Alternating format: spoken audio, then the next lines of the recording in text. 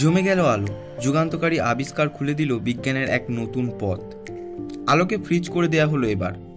হ্যাঁ, ঠিকই শুনেছেন, আলো এমনিতে অপদার্থ, একেই পদার্থে রূপান্তরিত করেছে বিজ্ঞানীদের প্রচেষ্টা। বিজ্ঞানের ইতিহাসে এই প্রথমবার স্তব্ধ হলো আলো। বিশ্বের সবচেয়ে গতিশীল তরঙ্গ বিশেষ পদ্ধতিতে জমে গেল বরফের মতো। আলোক বিজ্ঞানের পরিভাষায় ফ্রিজ করার পদ্ধতি খুঁজে পেলেন বিজ্ঞানীরা। সম্প্রতি বিখ্যাত বিজ্ঞান বিষয়ক জার্নাল নেচারে প্রকাশিত হয়েছে এই গবেষণা। গবেষকদের কথায়, আলোকে ফ্রিজ করে দেওয়ার ফলে তৈরি হয়েছে একটি সুপার সলিড, যা একই সঙ্গে সলিড আবার সুপার ফ্লুইডও, যা বিজ্ঞানের নিরিখে এটি পদার্থের একটি বিরল অবস্থা। আসুন আজকে এই ভিডিওতে জিনিসটা সহজ করে বুঝে নেওয়া যাক। আলো আসলে তরঙ্গ। এটিকে বিজ্ঞানে পদার্থ হিসাবে গণ্য করা হয় না, কারণ এরা কোনো স্থান দখল করে থাকে না, তাছাড়া এদের ভর নেই।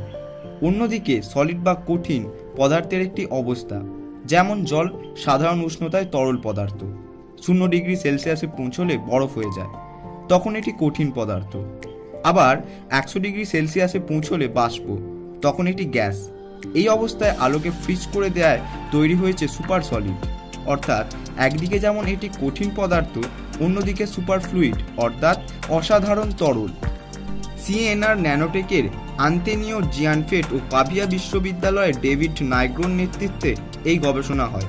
গবেষকদের ব্যাখ্যা, অন্যান্য তরলের মতোই এই তরলের গুণ রয়েছে, কিন্তু সাধারণ তরলের থেকে অনেক দ্রুত চলে।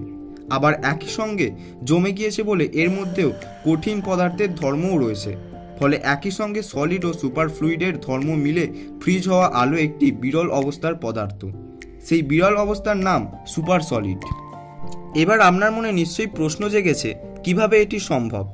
Semiconductor platform. হ্যাঁ, আলোকে ফ্রিজ করতে একটি সেমিকন্ডাক্টর প্ল্যাটফর্ম ব্যবহার করেছেন গবেষকরা। সেমিকন্ডাক্টরের মধ্যে ইলেকট্রন যেমন আচরণ করে, ফোটন তেমনই আচরণ করছে কিনা সেটা প্রথমে দেখা হয়। এরপর দেখা যায় ধীরে ধীরে ঘন হয়ে পদার্থের আকার নিচ্ছে এই হাইব্রিড ফোটন তরঙ্গ। গবেষকদের কথায়, আলোর সুপার সলিডিটি ধর্ম বোঝা সবে শুরু হলো এই আবিষ্কারের মাধ্যমে। এর ভিত্তিতে আগামী দিনে আরও নতুন গবেষণার পথ খুলে যেতে পারে বলে মনে করেছেন গবেষকরা।